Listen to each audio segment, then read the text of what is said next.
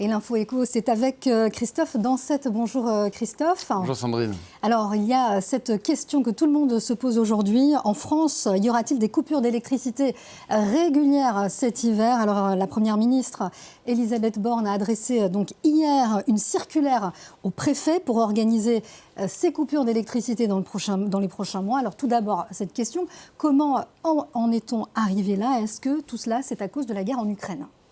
Alors, le scénario il paraissait fictif il y a encore quelques mois. Certes, le gouvernement avait fait appel à la sobriété énergétique, demandant d'atteindre davantage la lumière, de se chauffer moins, mais tout cela risque de ne pas suffire et les Français pourraient connaître ce que vivent certains en Ukraine en ce moment, ou au Liban ou ailleurs en Afrique, des coupures d'électricité, à la différence près qu'en France, l'objectif c'est d'avoir des coupures ciblées, contrôlées, prévenues à l'avance, ce que dans le jargon on appelle des délestages, contrairement au blackout. Alors vous me posez la question, est-ce que c'est en raison de la guerre en Ukraine? D'une certaine manière, oui et non, j'allais dire, car la guerre en Ukraine, on sait, entraîné une crise du gaz, un certain nombre de pays dépendants du gaz russe, et du coup l'objectif avant l'hiver, c'était de remplir les réserves afin de pouvoir se chauffer cet hiver. Cet objectif, il a été rempli puisque le mois dernier, date de la dernière communication, 99% des réserves en France étaient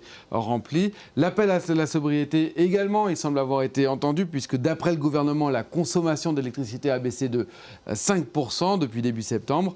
Le problème, c'est que les sources d'énergie, elles sont multiples en France. Il y a le gaz, certes, pour le chauffage, il y a le nucléaire, évidemment, surtout, encore les barrages hydroalcooliques et évidemment le renouvelable, le solaire, pour que mais tout cela pose problème. Pour que l'hydroélectrique, ça fonctionne, eh bien, il faut qu'il y ait de l'eau. Or, cet été, on avait on a eu cet épisode de sécheresse, l'été le plus chaud.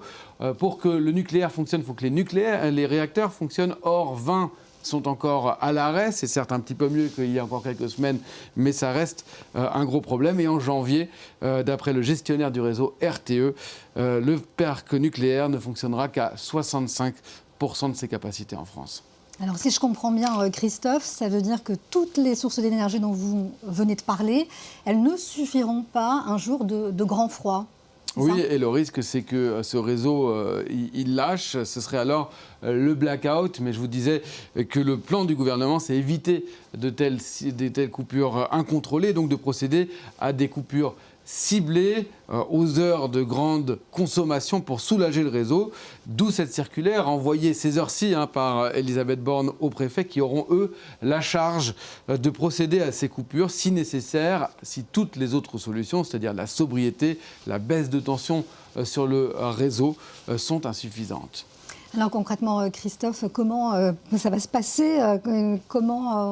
S'il devait y avoir des coupures de courant Alors, ça sera des coupures qui seront brèves, 2 heures maximum, soit le matin avant 13 h, soit entre 18 h et 20 h le soir. Jamais 2 fois les mêmes zones. L'objectif, c'est que le public soit informé grâce à une application, à un site avec une carte de France. On voit qu'aujourd'hui, tout est vert, mais ça pourrait être rouge. Et là, on serait prévenu 3 jours à l'avance qu'il y a un risque de coupure. Puis la veille à 17 h, que la coupure va vraiment avoir lieu sur cette zone concernée.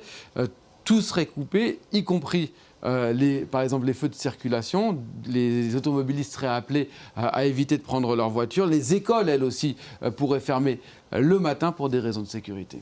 Alors, est-ce que certains habitants vont être épargnés ou est-ce que toute la France, finalement, va être concernée par ces coupures? Non, il y aura des zones critiques qui seront identifiées et qui ne pourront pas être coupées. Les hôpitaux, les services de secours, les centres d'appel d'urgence, mais aussi certaines entreprises dites à risque dont le gouvernement ne donne pas la liste. Par ricochet, certaines zones qui se trouvent sur les lignes qui alimentent les sites critiques ne seront pas non plus concernées. Apparemment, a priori, 40% de la population ne devrait donc pas être touchée, dont une grande totalité de Paris.